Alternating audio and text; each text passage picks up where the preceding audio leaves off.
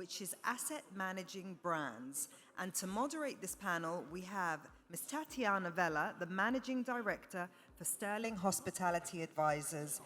And joining her on stage, we have Mr. Laurent Voivenel, the Senior Vice President, Operations and Development, Europe, Middle East, Africa and India, and the Senior HR VP for the Swiss-Belhotel International. We also have joining Mr. Mohamed Awadalla, the CEO of Time Hotels, Mr. Najmul Khan, Managing Director, Middle East for Hotelivate, and finally, Vijay Raghavan, the Director of Golden Sands Hotel. Thank you, whoever made it to the conference and whoever made it into this room for joining us. I know it's difficult after lunch on the second day. But we hope that we'll give you some good insights and as well as keep it interesting and lively. Yeah, you can. You think people don't hear me? You don't hear me, or people don't hear me? You don't hear me. Okay, good. The usual issue. So it is actually a very interesting panel to do because the topic is asset management, yet I'm the only asset manager on the stage. So it would be quite an interesting conversation, I think. So we are supposed to be discussing how different is asset management for domestic brands versus international. And I have quite an interesting makeup of the panelists. So we have an international brand, Swiss-Belhotel and Laurent. We have a local brand, and Mr. Mohamed with Time Hotels. We have a consultant advisor and long-time asset manager in the region. And we have Vijay, who is all things in one. Owner, operator, asset manager, brand. You put me in a spot there. So you can probably correct anything I am saying or anyone else is saying here, or for sure have an opinion. So definitely would be an interesting discussion. So we'll start a little bit more generic, gentlemen, if you don't mind, and then we can dive into asset management specifics when and if. So Middle East, as the region, is projected to grow its hospitality sector from 300 billion in 2025 to almost 500 billion by 2032, in less than 7 years. That is a huge growth rate of roughly about 7% aggregated year over year. So given this rapid growth, of course, we see a lot of domestic and international brands aggressively expanding. Just as a kind of a general question to all of you, what are some of the key differences that you observe in the approaches of how international brands manage hotels and how local brands manage hotels? I think, Vijay, we can start with you because you know both worlds. Thank you. Thank you, Tatiana. Thanks again, Mano and team, and all the best for your first events and many more to come in future. And thanks for choosing our hotel to host the first conference of viewers. As many of you would know that Arenco is a group where the pioneers in bringing the concept of hotel apartments to Dubai. I'm talking of mid-80s where nothing much of that kind was actually here. There were international branded hotels, but hotel apartments, we were among the first to be in the 80s. So our foray into the branded hotel segment was probably about 15 years later. So the operating the own brand gave us a lot of experience, even at the stage of negotiating the HMAs for first hotels. So when it comes to the differences between the two, perhaps the local brands would understand the culture straight away. The international operators probably they are there now, but it took a while for them to understand, including having a lot of Arabic-speaking people. But they're there; they're up the game. But having both, probably we're lucky to be in that field. Very good. I think I want to throw it to Laurent now. I don't know how long ago Swiss-Belhotel entered the region, but maybe you still have some memory of, maybe the hurdles that were, etc., at the initial stage. Yeah, well, Swiss-Bell has been in the region for approximately 16 years. And yeah, we also had a challenge, as Vijay said, basically based on the fact that being an international brand and try to take over some local properties, it's a big adjustment on the culture. The biggest challenge very often is basically how can we adapt the international brand standard and digital transformation to a brand or to a local owner, which basically it's not used to. So it has been a learning process, no doubt about it. We are still learning, but one thing is sure is very important what you said is that at the beginning we were bringing a lot of expats, when actually now we are trying to use basically the workforce which is available now and much more Arabic speaking than we had before. Thank you. And I think we'll talk a bit about workforce because it's obviously a very important aspect. So Mohamed, I want to throw it to you. How do you sell your brand versus the international brands? What do you say when you're doing the sales pitch? Hi. Thank you for the questions. To be honest, we just concentrate more on culture and we understand the market better than international brands. However, the international brand now, since the huge development they have their base team here in the region. So it's not that easy as before. However, we still are more close to the owner with the language and hiring more Arabic speaking or from the nationalities where we are based.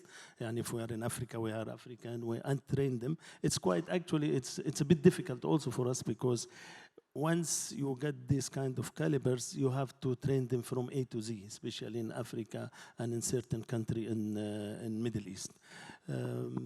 Yeah, however, we are more closer. I believe we are more closer to the owner than the international brand. With my full respect to the international brand, they have the full team, but the owner or the asset or the developer, they can easily approach us than approach the other company or international brand because they have huge inventory. I mean, it's not that easy. So it's mainly about the attention that you're able to give to each owner and to each hotel, right? That's kind of one of the main selling points. It's about the attention and the focus that you're able to give. Attention to details. And to be honest, the previous panel, they just touch base on the local culture and how franchise is going ahead in the Middle East, Africa now, and the white label, because really they look at the management aspects different. And this is which we do, because we are local brand. We don't have the international law or international obstacles which the other facing. So we are adapt and cut and paste to our management style and daily operation at the owner requirement or to required.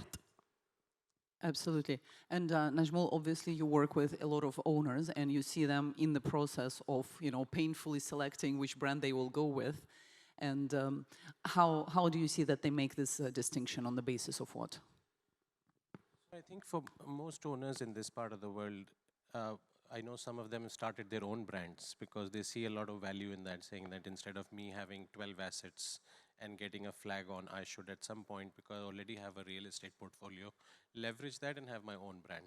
And that's most of the times is that unless you can convince them that the distribution pipeline argument is really strong with an international brand, and they would go for it. But most of the times I see local developers here either trying to go with a local brand or do something of their own where they see value over the next 20, 30 years in that. Yeah, I mean, sorry, because this is always I'm facing every day that any owner with my full respect has one hotel or two hotels and he wants to make his brand. I mean, it's a huge effort, and it's not only a name, an office, and a manager. There is a lot behind it. I mean, look at Rinko here. I mean, they have like how many hotels? 17, 18? They didn't have their own brand. They give to the brand. They have their own brands only in certain where they don't serve alcohol because of their culture. They don't like the alcohol to come in the family. I don't know. But making a brand, if you ask me today, I make Time Hotels in 2012. If you ask me today, come and make another hotel, I would say no. I would rather to stay an area manager or a general manager with a brand and all this headache off of my mind. I sleep less.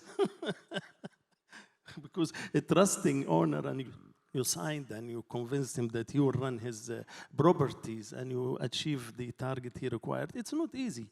It's a responsibility you have to fulfill in order to grow. And I like to grow.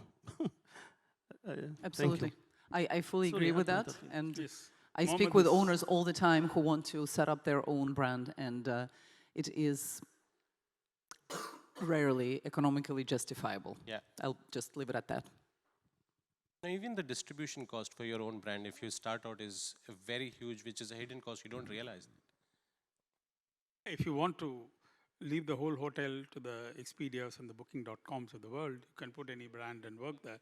Yeah, but it's not cheap and it's complicated. As Mohamed says, of course, he's passionate about his brand, and he has been successfully running that for a while now.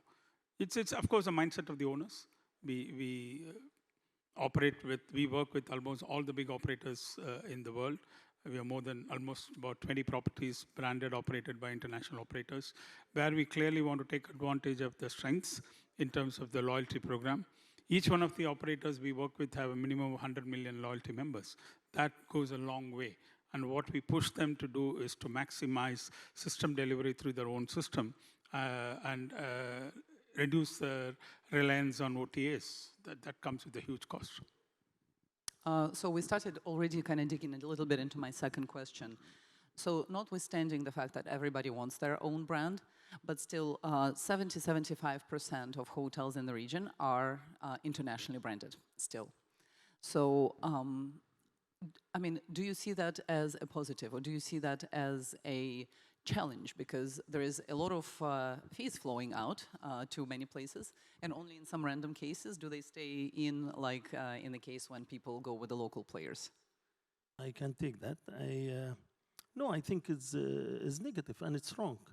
With my full respect with everybody here, but you look at Spain. How many international hotels in Spain? And they have like 60 million tourism. I mean, yeah, international brand, they are very nice, but you don't have to give everything. You still have Jumeirah, we still have Address, we still have Time, we still have Rotana, we still have Golden Sands. Golden Sand. Yeah. So I don't know. I keep educated everybody here. The brands are they are good, but also Jumeirah and Address and Golden Sand, they make a very high GOP, I believe. Yes, downtown with the hotel. They are the first one in hotel apartment. They are most experienced in this section than anybody else in the city. I mean, Time Hotels. We reach now 6 or 7 countries. Yeah. We get outside, but still when you face some people, they say, well, I would like to have Marriott, I'd like to have Sheraton. That's why we came up with Host, where is the white label company as a sister company for Time Hotels under Time Group. And we signed with all the big brands and we help them as they help us also. I mean, because we see the growth of the white label and the third-party operators expanded in Middle East Africa. And I think within the next 10 years, it will be more and more. I believe that. Yeah. Yep. Great. So Vijay, I want to direct a question to you. Obviously, when you decide to brand hotels with your own brand, as the hotel owner, you also have a long-term value creation in mind, long-term asset value creation. So how do you see that, leaving the alcohol licenses aside, how do you see that you create a better asset value in hotels under your own brand versus the internationally branded? Thank you. Ultimately, we are a large group with multiple lines of business. So for us, every property or every other business we do is an investment. And what we would like to see, like any other investor, is to maximize the returns and also try and maintain and up the asset values.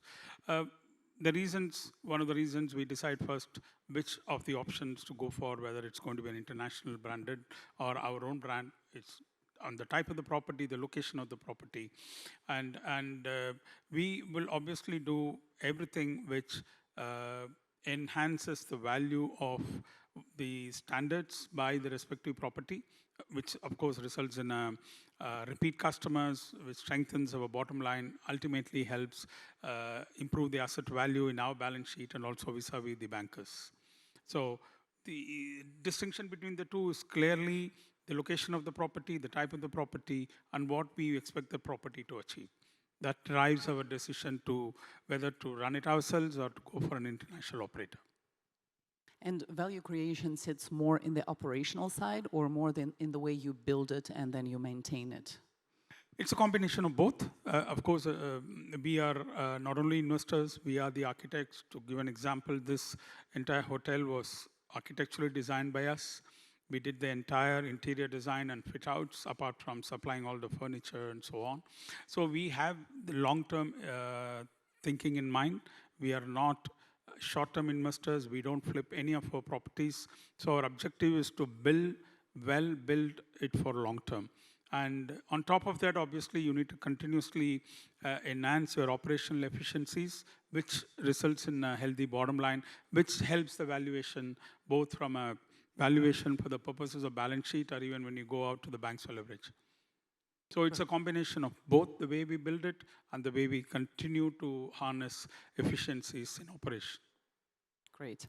Okay, so since we already started getting a little bit into asset management, let's dive a bit deeper.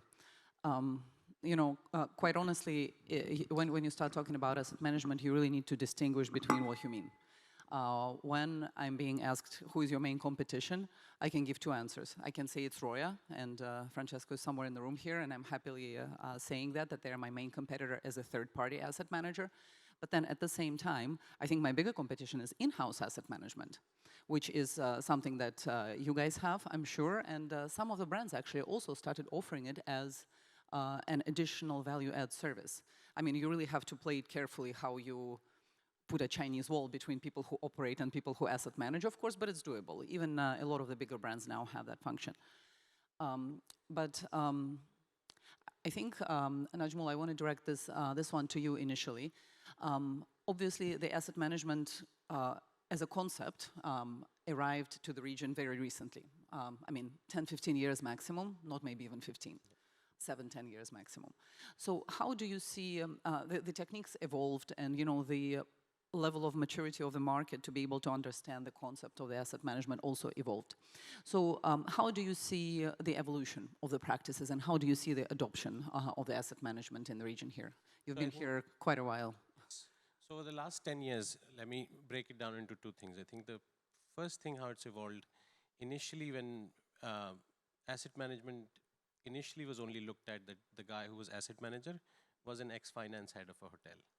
And now slowly I'm seeing that there are revenue management guys, commercial guys, maybe some ex-general managers who are getting into it. Because there is a lot of, what still lags behind is there is most of the asset managers unfortunately are bottom line focused and they reduce cutting costs and sometimes they cut too close to the bone. As opposed to focusing on putting more money from the top of the piggy bank and getting more money out. And I've seen that's evolving slowly. The other side which is evolving is that people are getting smarter, saying that let's look at it holistically and with a 10-year out frame, that what is the goal of the owner? Originally, it was just monthly meetings, saying, you know what, I'm going to go for the month-end meeting. My job is to make 2 people miserable at the end of the meeting, and I'm going to come back out. And I think that's slowly evolving.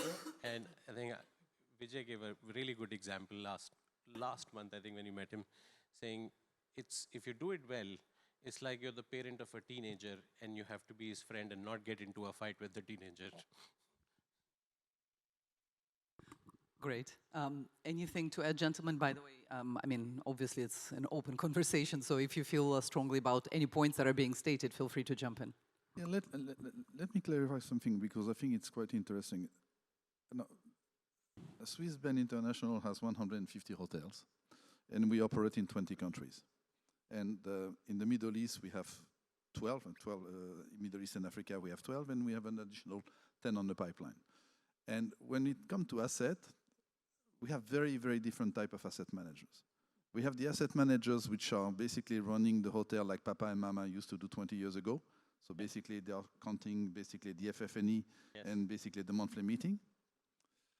We have asset management from big companies because they have like dozens of hotels. And these guys are not looking at cost, they're only looking at top lines. Extremely digital. Yes. That's the new change, I think, that's the new generations, absolutely. Yes. And I have even one that I never seen in my life, actually. And I've been in that business for quite some years. We have been operating the hotel for 5 years, and I never, ever seen the asset manager. Does he exist? He exists because we receive approximately 20 emails per day. But we never see it there. I mean, no me, but Yeah, the general the manager hotel doesn't see it, yeah. never seen. So it's basically hiding behind the screen, challenging every single thing that you can, but it is also a new type of system that we are seeing. And honestly speaking, you don't develop the relationship, it's purely business. The guy is very, very smart, and I think that it's also a way that potentially it will become. You will see more and more people which are hiding behind the screen, dropping the email, asking questions, and I don't know if it's a good things or bad things, but you will see that happen, especially with the digital transformation and AI. I never seen the people so smart. I have some owners who did not know how to write an email in English, and today basically, wow, I think that they are lawyers. It's amazing. Mohamed, you seem I'm to sorry, have but this a is thought. good or bad? I mean, to 20 email a day and to No, focus in any I line, think the the relationship GM will way- have nothing. And No, no, everybody- a quality asset manager should be in the asset physically. Unless you feel you have gone through what the hoteliers are going through, then the approach, the outlook, and the tone of your email would be different. 20 emails from a seat and not really visiting the asset, he's not an asset manager at all. He's a finance guy, to be honest. But probably. So, however, this is actually a really good segue to my next question. So, I really like hiring fresh grads. I'll tell you why. So I had them out of, EHL or Cesar Ritz or, Glion or any other hotel school, not necessarily European, just the first names that come to mind, or Cornell. They come in as fresh kids. You teach them the basics in the first few months. And at the same time, they are looking at your processes. And I literally, just recent example, I had the guy in August from EHL. By October, he has fully rebuilt and he has moved my dashboard to Power BI. Right? And I'm loving it. You get a year or year, half or 2 years out of these guys, of course, then they move on to either bigger outfits or somewhere else. And that's fine, because you always have this fresh outlook. But my question is exactly regarding the technology. I disagree with having asset manager just send you 20 emails. We don't do that. We're present in all of our properties, depending on how close or far the property is.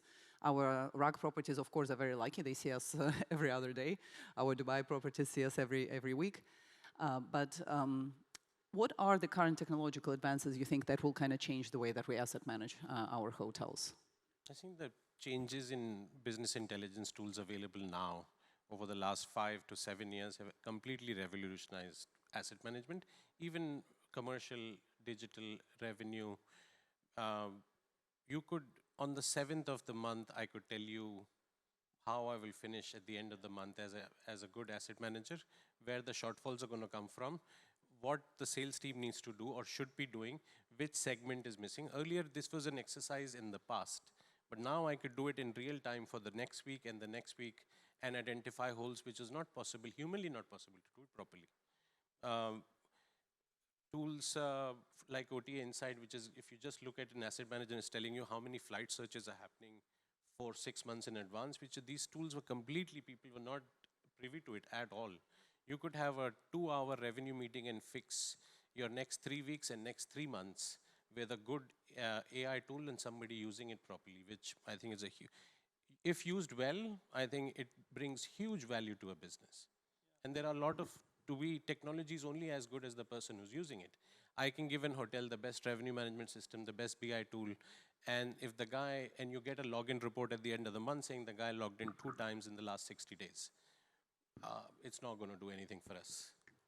Yeah, so I would like to add here, the technology is very important, I think, for hospitality. As he said, you can get immediately the result and statistics within maximum 7 days or every week, if you want. However, the cost when you make in a hotel, in IT, every owner questions. Because if FNE, maybe you will have 20 million and you have 10 million IT system and technology and cabling and all this. So this is really something become now challenge with to convince or to explain to the owner that these things are very important for your daily life and for your future business. Because it gives back a return of investment. Believe me, the technology and the system we have for revenue, for yielding, for reservation system, for front office, it gives back. You don't see it, but in the long run you do it. But you have to have the talent, you have to have well-trained staff and monitoring. This is very important, in my opinion. I don't want, and I don't agree about any technology avoiding human touch, because remember, I keep saying this everywhere I go, we are hospitality. To get me a robot, to bring me, I don't know, coffee and a tea, and you don't see somebody at the reception, this is totally not in my dictionary as a hotelier. I think it's going to become a touch of luxury in the future. So in the luxury hotels, you're going to still have humans, etc. It's a bit like space, right? Right now, true luxury is having a lot of space because the world is so populated and things are, living spaces are becoming smaller, etc. So, your luxury partially is having a 50 square meter room in a lot of places already. But Tatiana, hotel industry, perhaps, I think it was highlighted yesterday also in the owners' meetings, that is perhaps the least technologically advanced. Airlines have moved away. I mean, for the first time, when someone told me that you don't need that ticket where you tear off, I'm talking of 20 years ago, I couldn't believe, I was not sure whether I'll be admitted to get into the flight, but the hotels still are in those mindset. And we need to change. The younger generation is completely different, Mohamed, from you and me. You see, I think that you have two types of owners today. You have the owners who look at the IT technology as a cost, or you have the owner who look at it as an investment. We look at it as an investment so long as there is an ROI on that investment. And I really truly believe a lot more into automatizing, is that the word? Making more automatic IT-related the back of the house rather than the front of the house. You can streamline with the help of AI, IoT, etc., the back of the house operations. And I think this is where probably the investment in the future will start going, because this is also related to the asset value and to space. Right? If you're able to build 20% more space, but your hotel has the same number of rooms, 20% less, but hotel has the same number of rooms, and you are cutting this off of the back of the house because you don't have all of these people sitting there anymore, right? I think that is probably the innovation of the future. I think we're getting a bit off topic. Okay, so I'm gonna throw you guys back to the reality and talking about people. So the industry here in the region, such as the official statistics at least, in the nearest 3 years, will need additional 100,000 hospitality workers. Simply pure calculation based on the number of rooms currently in the pipeline and how many people you need to service each one of these rooms. So is we all know how hard it is to get warm bodies into the hotels, right? It's since very long ago that hotel job was glamorous. How is there a plan how to tackle this? What do you think will be happening? As Mohamed, as you were saying, having a robot bring you coffee is not as enjoyable as having a waiter or waitress bring you coffee and having a chat with you. How important is this? Should we get them from anywhere? Should we get more strategic and develop? What are your thoughts? Yeah, increase hotel schools. There is no hotel schools half of Middle East. Even in Saudi Arabia, they're just talking about making some. Here, no, we have one here. What do you call it? Luza, Jumeirah. How much you want to go there? How much you will pay to go there and get a course? I need a hotel school where you can pay 2,000-3,000 to learn how to make a bed, how to serve a table, how to clean a machine in the kitchen. This is the guys we need. I don't need managers. We have enough managers around. We need a team to serve these rooms. That's why hotel school and training, and it's a shame on all of us actually. I hope not all of us. Some they still do the training because in the old days we used to attend 5-6 trainings a year when we were working. Now the guys here they can tell you how many trainings they make for their staff. Once, maybe twice. It's not enough. We have to go back to basics. Yeah. I know, Laurent, your background is HR. I'm sure you have an opinion. Yeah, I have one, but it's not a very nice one. We have 15,000 employees in the company over there, and like everybody else, we're struggling to get talent. Okay, that's the fact.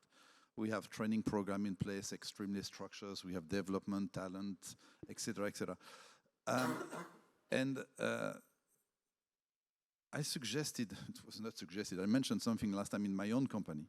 It was very funny. Yeah, we had a board of directors over there, and I say, you know, guys, if you want to consider people as talent, why don't you change the bloody USALI and make the payroll an asset and a liability on your balance sheet? And the CFO of the company, ha ha ha, how much do you put on Mr. Chairman's head? And I say 0. He did not really like it. But at some point of time, a building without customers has no value. A building with customer with no associate has no value. And still we consider basically the associate an expense, a liability.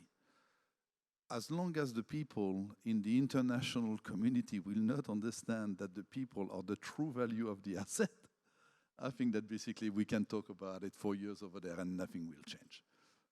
So. That's an amazing concept, the value of the human assets. Wow.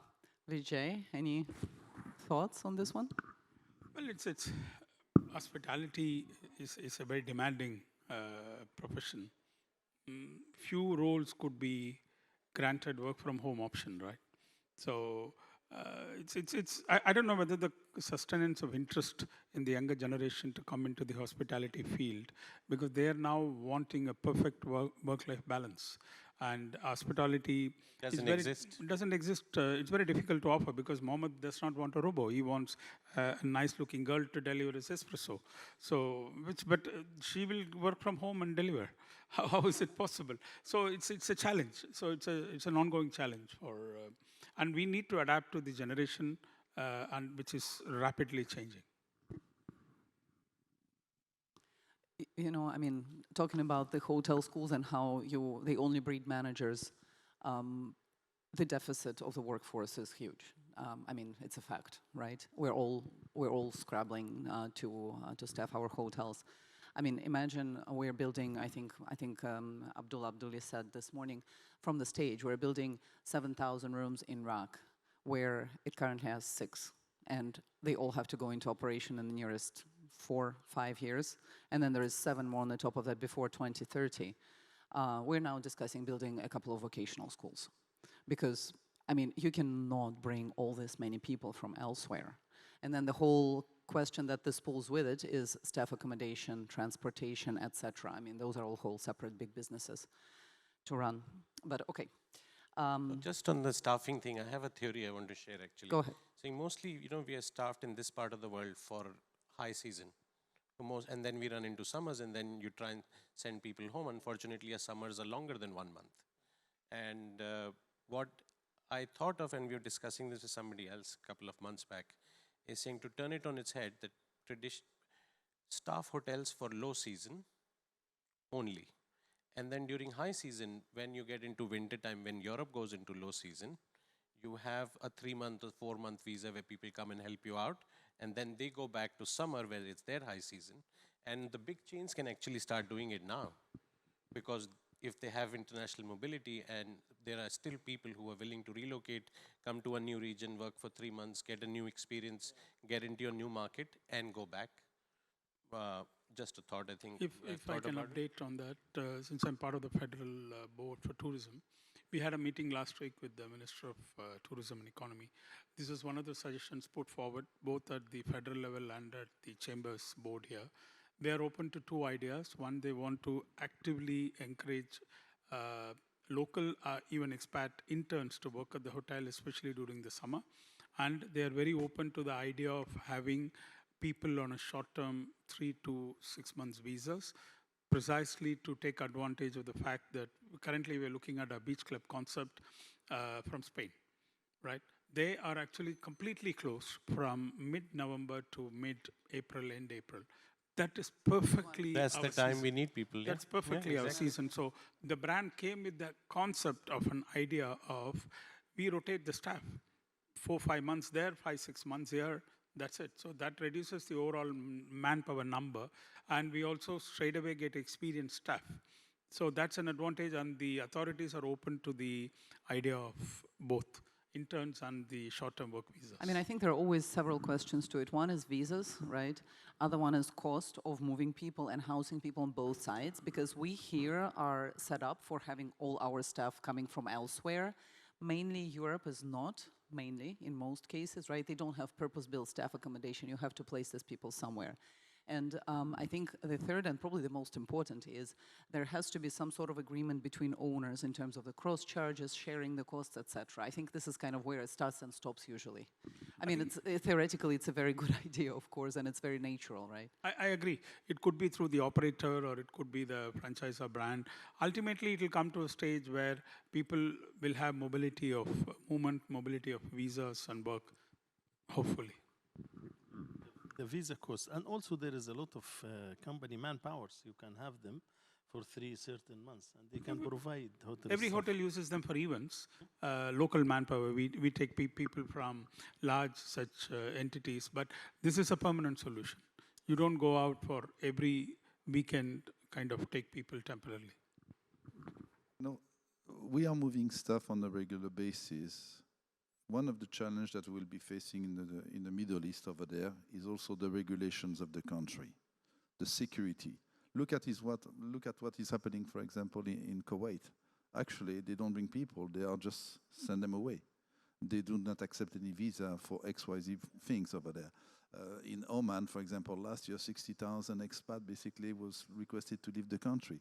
So to bring people on a temporary basis, even if the operator agree, even if the owners agree, even if the tourism organization agree over there, we need the help of actually the country, the government, to help us or allowing us to do that, because that would be one of the major issues, because we are facing that issues all the time. UAE is open to the idea. And that's great, but I hope that basically, GCC, please follow UAE. Good luck. Okay. All right, let's wrap up on the, I mean, it is the most important asset, the people. But let's throw a couple more questions in. I think I want to go back to the actual role of asset manager, and how have you seen the external asset managers helping you with driving cost efficiencies in hotels? I think I'm more interested in the opinion of brands, if you guys have experience with working with external asset managers where you could see, okay, this is actually value for us also, not only the owner. Laurent, maybe to you first. Well, I can start very quickly. Yes, we are extremely lucky, I must admit, in the regions. We have some absolutely fabulous asset management, and that's pretty strange enough from an operator to say that, including the Mr. Bahrain pain in the butt. But most of the asset management or managers that we have at the moment with us are all top line driven. They are top numbers, they are top line. They are looking at cost efficiency, they have the system, they have their pro forma, they have their guideline, no problem. But I would say that 80% of the time that we spend with the asset management is purely on 2 aspects. One is maximizing the top line, 2 is uplifting the product. So far as I'm concerned, I'm very happy with the asset management that we have. But I think they help in the end of the day, because they will, the positive one or the really constructive one, who come and tell you you have weak or you have a problem in these kind areas where you have to work on them. Not you have a problem, you have to do 1, 2, 3. This is not helping. It's just not helping. Anybody can go and I pick up I can pick up on this table. But if I do it, I'll do mistakes. So it just have to be constructive, and you have to reply. But if it's a good one, which I faced it before, they are very good, and I really take the report seriously, because it helps in the bottom line as well. Because also frequently, right, larger firms have relationships with many brands, and they can not, of course, directly share, but they can disseminate the knowledge based on their experience with many international brands and many different owners.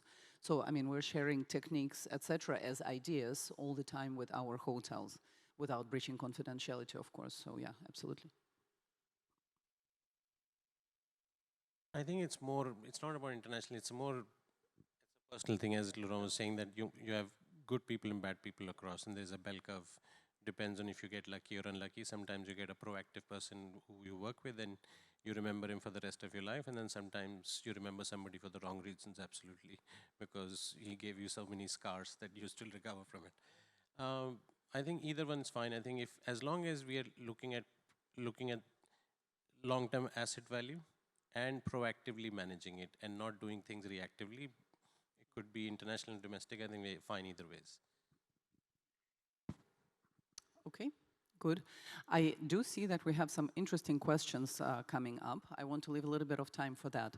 So I think I'll ask you one last question, which you haven't prepared for. Yeah, those are the questions from the audience. Those are not mine. We'll have them up on the screen in a minute. So let's say if your hotel company or your brand was an animal, what kind of an animal would it be, and why? If your brand was an animal, what would it be? Animal. Animal. Animal? Yeah, like. This is, I think for this, Jean, viens ici. Hein? Allez, See, hop, hop, hop. now the audience woke up. See, now they woke up. I should have started with this. I think for this part of the world, I will choose actually, it's very strange. Do you know, it's happened to me, I visited, my kids are in Brussels, and they did something very strange in Brussels. They take you to a room, you pay for it. I pay like 40 euro each, and you go through practice and exercise and everything, and then they give you what animal you are. Yeah, reflect your personality. So I was the eagle, so I will choose the eagle. Perfect. Okay, that is your colleague? He seems to agree. No? Okay, Najmul. I think if I'm in this part of the world, I would be a camel. Yeah, as you go on rugged, be friendly, very little water requirements, environmentally friendly. You can go for really long with very minimum maintenance required and does the job. Perhaps an oryx. I just love the animal, yeah. Okay, please be original, Laurent. No. I'm sorry. I'm developing a lot of Africa, so I will take someone from the savannah over there. I will say maybe a guépard because it's fast, agile, and powerful, but not too powerful. Guépard. The cat. Yeah. Big cat. Very Guépard. big, very big, very fast cat. Sorry, because I don't understand his French. I know. I don't understand his Okay, French either. let me speak in Japanese for you, bro. All right, wonderful. I want to say giraffe, but that would be too obvious that my company would be. So I'll keep quiet. Can we have the questions up on the screen, please, for everyone else to see? Gentlemen, I only see 4. Let me see. I like kind of the international versus local asset manager questions. Are international asset managers always better positioned to handle economic downturns? Because obviously they must see a little bigger picture. Or do domestic firms have an advantage? Does anyone want to answer that? Well, I'm not sure whether I'm qualified to answer any of this because I've never employed either a domestic or an international asset manager. Since we have been in this field for long, we always had our own internal team. We have a full team of asset management, including a head. We have somebody focused exclusively on F&B. We have more than 75 outlets. We have somebody focused on fixed assets of the properties. We have somebody specializing on revenue side. But my answer to the last question, who is better managed to handle economic downtowns, the international players do come with an advantage with an experience all around the world, so long as they're able to adapt themselves to the local conditions and requirements, and are able to control their costs, especially during the downtowns. That could be the perfect blend of solving issues during International challenging company times. with a local outfit. Yeah. Okay. I think in The terms last of, one was the one we were answering. The key operational efficiencies that domestic brands can leverage over international ones, I think the biggest ones are commission structures with OTAs. I think the domestic brands are still a couple of points behind the international ones, and I think that for an owner, it makes if 50% of your business in this city comes through OTAs into your hotel, 2 points makes a huge difference on that at the end of the year. And I think that gap, if you want to be very competitive, the domestic brands will have to we'll close that. I mean, to that one, just to add, I think everything is very, very specific to a situation, right? Because if you're, for example, your business is 70% reliant on wholesale partners, you don't care about OTAs, right? Then it comes down to purchasing power. It comes down to owner relations, etc. I think really depends on the priorities of the owner in each specific case. So I don't know that there is actually a right answer to this question. How about the trends in regards to owner preferences when selecting international versus domestic? I think I can guess where this international versus domestic questions are coming from, but I'm not going to blame anyone.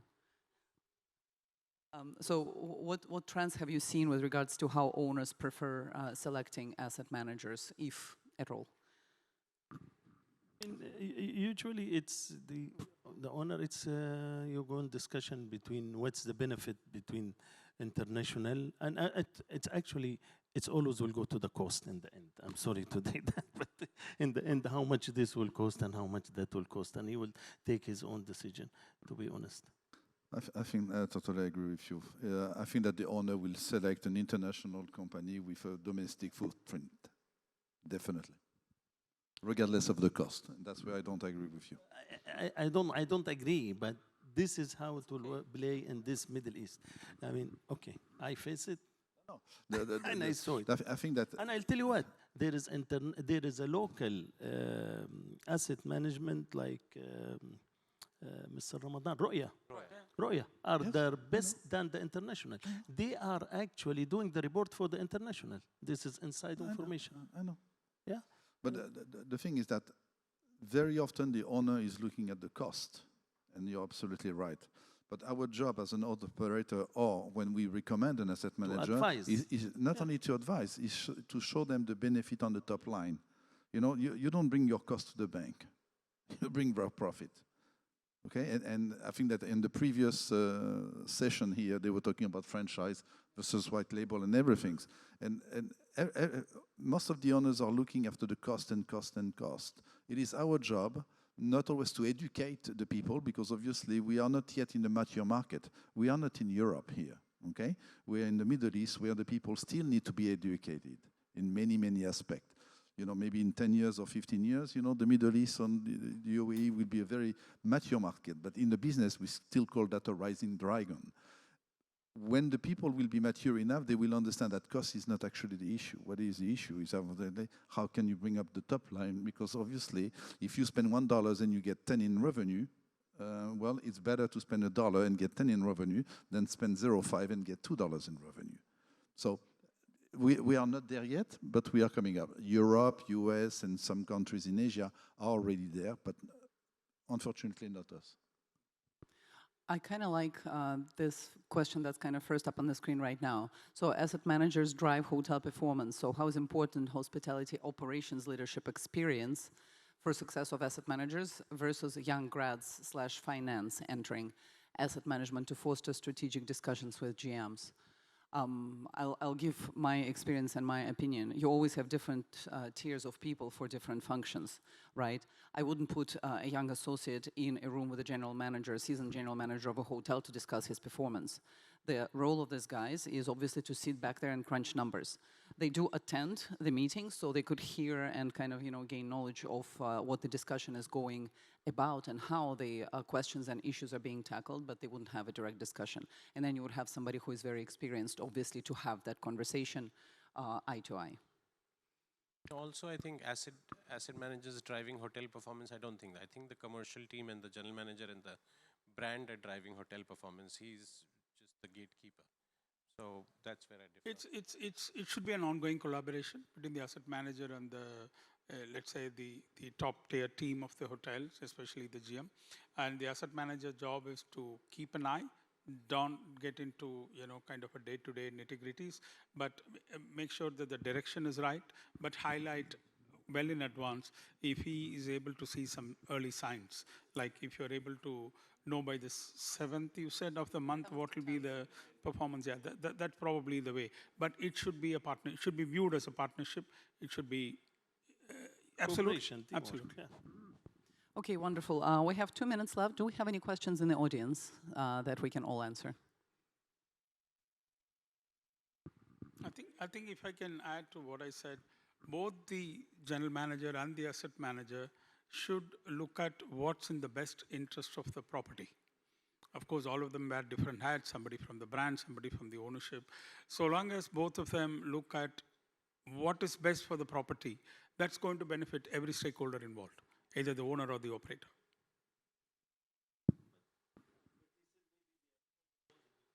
One handling like 10 properties is also too much. I know you don't do that, Mohamed, so you don't let your GMs. Okay, thank you. Unless there are any other questions, we're going to wrap up. Thank you very much. You guys have been wonderful. Thank you, my dear panel. You also have been wonderful. Thank you. Thank you very much.